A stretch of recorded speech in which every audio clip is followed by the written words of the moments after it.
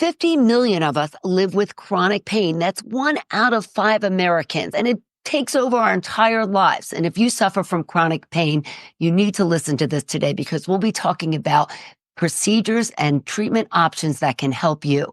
Hello and welcome to Living Well with Robin Stroloff, empowering you to live a healthier life. I am so pleased to welcome pain management specialist, Dr. Dipty Mangla. She's triple board certified anesthesiologist. She's fellowship trained in interventional pain from Cleveland Clinic and is owner and medical director of Mainland Pain Management in Linwood, New Jersey. Hello, Dr. Mangla. Thank you so much for joining me today. And I know that you are really passionate about what you do. Talk to me a little bit about how you got into pain management. I was practicing in India, decided to move to US, just wanted to do more. And then I was practicing anesthesia for years here in US in a private practice scenario.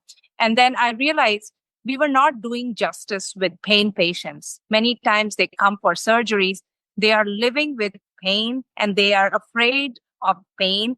And then they get surgery. And sometimes they end up with more pain.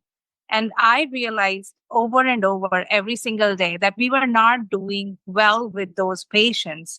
We could help them more. Even simple pain, from nerve blocks to procedures to what physiological changes happen, how people give up living life because of pain.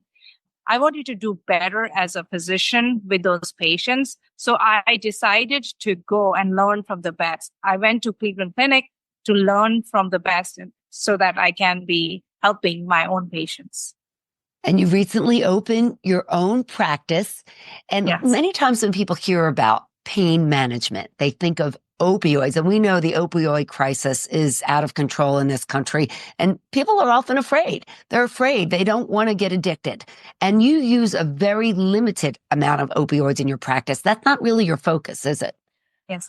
No, I actually tell my patients, if I want you to be on it is difficult to, once you're on opioids, it's difficult to get off opioids. I do not necessarily talk about it as an addiction or abuse form, but dependence. It's like the same way you are dependent on your coffee and tea every morning, you become dependent. So now we have 30, 40-year-old patients. You start them on something like an opioid, which is known for its abuse potential, which is known for causing dependence. And now with the most recent studies, I've seen that the life expectancy is up to 95 years. With a medication that you're going to go all the way up, all you can do is increase the dosing. Where are we going with these medications? Also, it's not giving the dignity back to a pain patient, living back with dignity where nobody calls you an addict, nobody says you are pill dependent. That is a goal in itself. I have had patients who come in and they say, I went to the hospital, I went to the ER, I went to my relatives think that I am dependent. And yes, it is a problem, but I never have taken it without my doctor's prescription. But now everybody looks at me as if like I am a criminal. I try to give that is exactly what I'm trying to avoid in my patients. I want you to live with dignity. Just because you have a medical problem doesn't mean somebody has to give you medications and just being dependent. You don't only become dependent to your opioids, but to your provider who's giving you medications. Now you are going every month. I'm trying to not tie all my patients to my head and say, okay, you live your life. You go for your vacation. You go for your kid's wedding. You take part in your grandkids' graduation. You go for that party. I'll take care of the pain. That's a promise to you. And that's my thought process while I'm treating pain. That is a unique philosophy in pain management. And talk to us about some of the patients you see and what kind of pain they suffer with. I see from a variety of pain problems, from anything from headaches to facial pain to neck pain, spine pain. Any interventional pain management doc can tell you their 80% of practice is spine pain. Maybe it is neck pain, maybe it is back pain, maybe it's pain shooting down your arms and legs. But many times I specialize even further where I do a lot of peripheral nerve blocks. You have peripheral neuropathy. Some patients are diabetics dealing with pain for a long, long time. I can help them with my own procedures.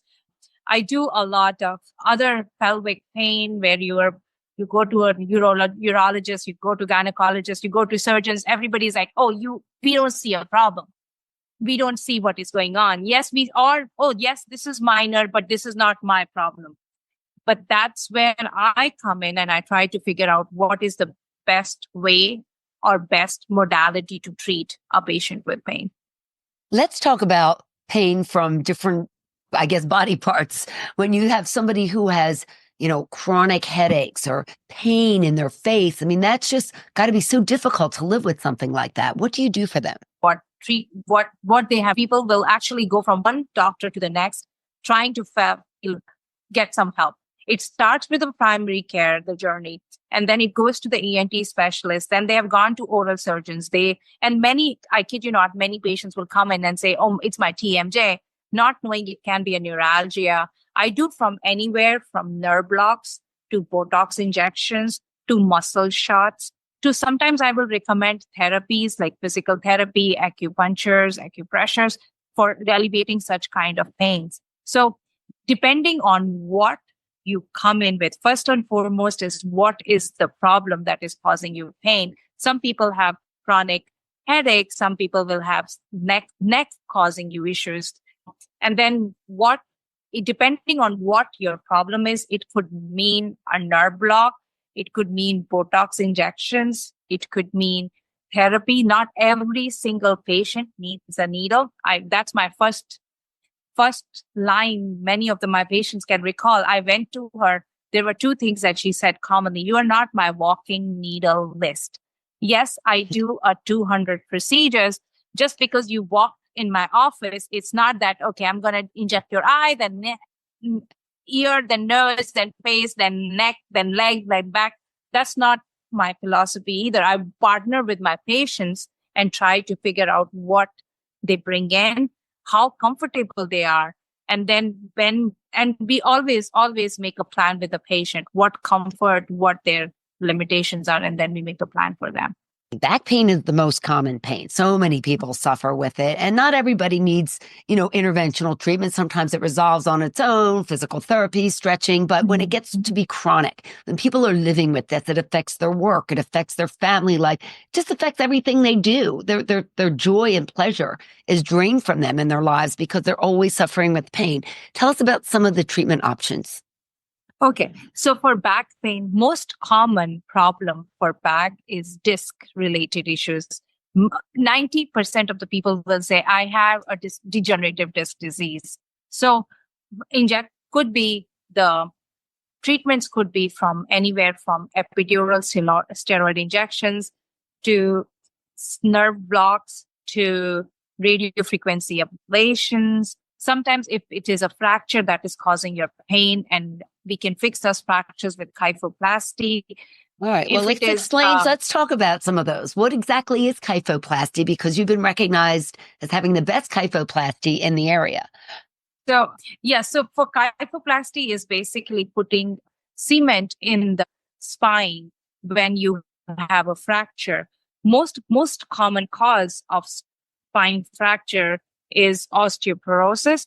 That means as you grow older, especially in women above 60, you are at risk for thinning of the bone, and it can lead to, if it is thin enough, it can lead to fractures. Doctors or if their primary care if you're above 60 and if you have osteoporosis, I highly recommend to be on some kind of treatment for it. But when I do a kyphoplasty, what I'm doing is, it's first of all, it's the same day, couple of things. It's the same day procedure. You come from home, you go home. Most people walk in pain or get this procedure done and walk out of pain. I have had patients who would come in and say, Dr. Mangla, I didn't even know. One guy, the best result I have seen is in a guy who said, I thought I was in heaven. And I said, why? He said, I thought I did not make it with the procedure. And I said, why? Because I was totally confused. He goes, for the first time in months, my back didn't bother me. First thing, I couldn't feel pain in the back. So I thought I was dead because that's the only way to get rid of that pain.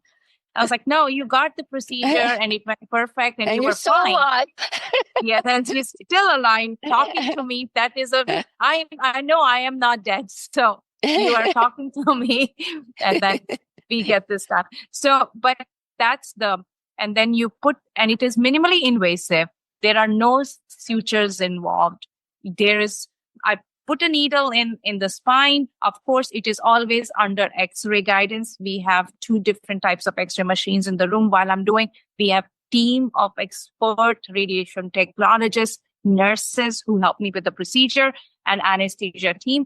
And then I go with the needle, make sure that I'm in the right spot with the X-ray, then put a balloon in, make sure the cement goes in the right spot, fix it, and you're done. Actually, you can forget about that you had a spine fracture. It's done to an extent that you really can forget about that you had a spine fracture. Is there any limitation in movement afterward? No, actually, I encourage every single patient for my procedures that please live your life as it is. Of course, you can't.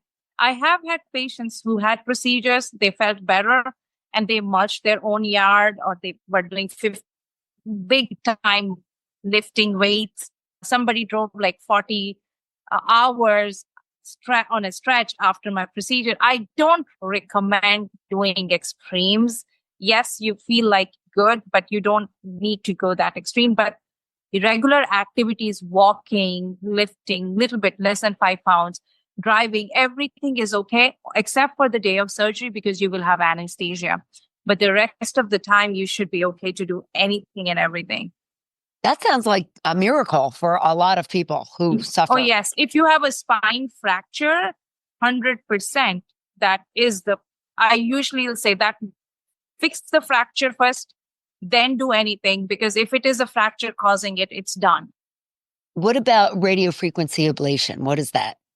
This is my kyphoplasty is my first favorite procedure personally because of the results. And the second favorite is radiofrequency ablation. People who have arthritis-related pain are candidates for it. Usually, sometimes people even with degenerative disc disease, if it is coming from the joints rubbing on each other, they are also a candidate for this radiofrequency ablation. Basically, what I'm trying to do is targeting the nerves of the small joints in the back. You know how the aches and pains are. You get up in the morning, Dr. Mangla. I have had a lot of patients who come in and say, Dr. Mangla, I hurt in the morning. It's like I feel stiff. I hurt in the morning. Getting out of bed is a problem. So I go, let's see if it is coming from your joints, and then if I do some tests, and then if I think it's coming from the joints, it's with needles again, minimally in day, though no downtime.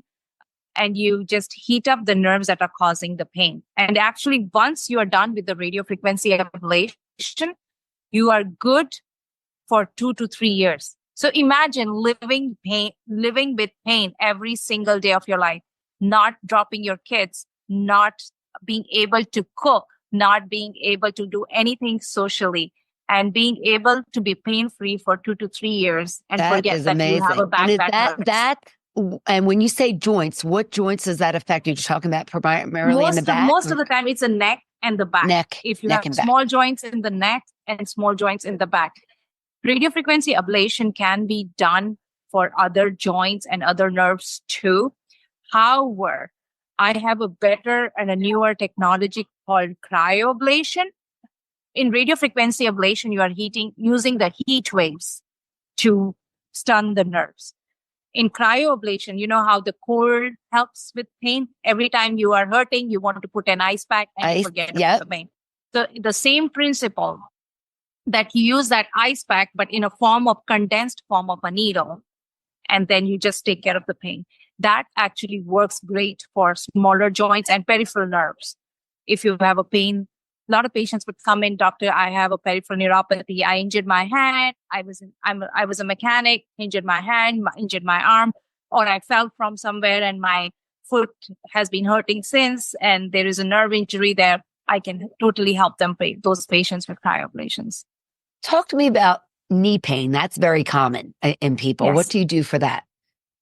Okay. Knee pain can be because of the joints, can be because of the, you have patients who will say, it's normal wear and tear, doc. I'm 70, I'm getting older, my knee hurts. That's arthritis. So you can start for arthritic pain, you can start with, I totally say that first thing you want to do is, if it is a steroid that helps you, just take a steroid shot. If it is good for 6 to 8 months to an year, we don't have to think about it. It's 1 year injection. Honestly, you take your blood pressure medications every day. You take your diabetic medications every day. Whereas these injections, if you're good and you can function for a year or two with one steroid injection, then I keep it as simple as steroid injections. Otherwise, you can do something called gel shots, which are more of making the grease around the knee. It's not only for insurances, most insurances cover your knee joint, having a chicken shot, which is also called Halogen or Synvest. Yeah. Or I think a lot of people are familiar with that. Yes. Mm-hmm. There are different formulations that last different times. Yes, most people are radiofrequency ablations of herbs, which is also for same exact treatment that you can get for your back.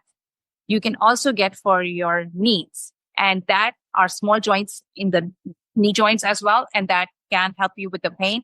And then there is something, of course, cryoablation, where before surgery, after surgery, some people are left with pain. Say you had surgery. Now everything is perfect. Your joint looks perfect. You have beautiful looking knees, but you still hurt. And then everybody is stumped. Like, what happened? It is perfect knee. You had a good surgery. Sometimes those people can be, because it could be a nerve injury, it could be muscle injury, and I can help with the muscle shots or nerve shots for those patients. That's interesting. So I've had knee pain for many, many years playing tennis, so I may have to come see you. Yeah. I think cryoablation would be perfect for you.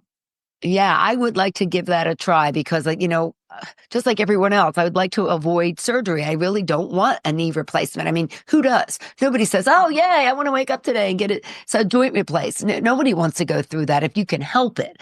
So if there's other options and you can still function normally after you get those options, it's something to think about. So, Yes. I'll put that in the back of my head. So let's talk a little further about some other body areas. You see people with pelvic and stomach pain, and you can help them with that. Yes. So pelvic and stomach, because there are a lot of, or it all depends on what the part is. I have had many times, usually most pain management docs do not do a lot for the pain in the stomach and pelvic. Because of anesthesia background and I worked with a lot of pelvic pain expert docs. So I do a lot of nerve blocks, joint injections, and muscle shots for those as well. There are some things that are called sympathetic blocks. Basically, all the viscera, all the stomach organs are supplied the pain fibers for, say, your stomach, your gut, your intestines, your gallbladder, your pancreas, goes through something called the sympathetic plexus. You can actually block those nerves at those levels and take care of the pain. Also, if it is like a post-op surgery, surgical pain, when sometimes if you had muscles will hurt as well. So you have specific nerve blocks for those things. Along with that, I've seen a lot of patients with neuralgia of some kind, especially patients who have hernia repairs, because it's the meshes are placed in superficial fields. The nerves are small and they can be irritated from that. I do a lot of nerve blocks and ablations for those as well. And for females, of course, there is pelvic pain from childbirth, sometimes just the age when you have, say, vaginal or rectal prolapse, though they are surgical problems, but sometimes there is residual pain with that. depending on what nerve or muscle is the problem, I would recommend treatments for it, and I would treat those patients. And then something I found interesting that you do is a spinal cord stimulator or peripheral nerve stimulator. That is Yes. really something I'm really not very familiar with. Talk to me a little about that. Okay. So spinal cord stimulators are basically kind of pacemakers for your nerves. So you can put a pacemaker in the spinal cord. It's like spinal cord acts as a gate for pain fibers. The pain fibers from your legs, arm, go to the spinal cord, and brain sends signals to the spinal cord saying there is no pain. That's once you are in a chronic pain realm, brain tries to protect, says no, there is no pain. You can function. But sometimes that signals also go awry when you are anxious, you're depressed, you have too much going on. So with this, in the spinal cord stimulator, it is always also through you don't have to, it's a surgery, it is a 2-part procedure, but you don't have to it's not a big spine surgery where you open the spine and you're fixing everything, trying to go around the nerves. Basically, the epidurals that you go, I actually, first part of the spinal cord stimulator, I compare it to the epidural you had for your babies. The electrode that we put in is as thin as the same catheter, and we leave it in. Nowhere in medicine do you get a trial for anything. If you go for surgery, you know how, if you get a knee surgery, you get a knee, that's it. You get a shoulder, that's it. You get a spine surgery, that's it. One time spine surgery, the outcomes are permanent. For trials, for any peripheral nerve stimulator or a spinal cord stimulator, I usually tell patients that you will have a trial, a period of 7 to 10 days with whatever I do, it gets taken away. And you can see if it helps. Then we go for the implant where there is something like a pacemaker battery that needs to be implanted. If it doesn't work, we think of something else. So this is where I like these procedures, because there is a trial phase too, where you can actually predict what your outcome is going to be. And you control it with sort of a remote control? Yes, is that yes. what it is? And now actually it is an artificial intelligence even there. There are artificial intelligence batteries where you can actually see how much you can use it, and it will learn your behaviors and try to keep it in a balance. That's incredible. Without you doing it will just know. Without you doing it, it learns about your habits, and then it doesn't do drastic changes, but it will manipulate and it will recommend things based on your usage of this device. It's pretty neat when you do those things. And how successful is that? So it's a patient for peripheral nerve stimulator. I really love the device. And honestly, in peripheral nerve field, there are 2 options, peripheral nerve stimulator or a cryoablation. Whereas in spinal cord stimulator, there are other things. People mostly would have tried epidurals, spinal cord, radiofrequency ablations. You have tried nerve blocks. You have tried trigger points, and then you go for spinal cord stim. If the patient has, many times it's after the spine surgery, you don't want many of the patients I do these procedures, they have already had 3 or 4 surgeries. You don't want to go through another surgery, and where the outcome is not great in the first 2 or 3 anyways. So for it does, if you select your patients pretty carefully, it does work a great way. I actually have very good results. And if you see my reviews, you will see like many of the patients had stimulators and how happy they have been. Oh, your patients love you. You have unbelievable reviews. And I want to just ask you about that. That must be so rewarding as a physician, as an anesthesiologist, as a pain management specialist, to see people get out of pain. It is life-changing for some of those patients. I actually had patients who come in and say, 20 years, couldn't go to my daughter's house, scared of pain. And I was like, it's unbelievable what people give up for pain. And I always say, I'll try to help. We will make it. We will try. And 90% of the times, if you try hard enough, it works. So if they can live their life the way they want to be, it's the most rewarding thing in anybody's life. That's fantastic. That's what you do it all for, to help your patients. So if someone's watching, listening, and they would like to learn more, where can they reach out to you, Dr. Mangla? They can go on my website, mainland-painmanagement.com. We are in Linwood. They can call my office as well, 609-788-3626. They can also go on my website and ask questions over there. All right. Thank you so much. Very interesting. I learned a lot today, and I'm sure other people did as well. There's a lot of options out there. Bottom line, you don't have to live with pain, right? Yes, it's 2024 and no pain. No pain. We like it. All right. Thank you so much, Dr. Dipty Mangla, pain management specialist of Mainland Pain Management. Thank you so much for joining me today for Living Well with Robin Stoloff, empowering you to live a healthier life. Hope to see you again next time. Please like and subscribe, and I'll keep you updated on my most recent episode. Until we meet again, keep living well.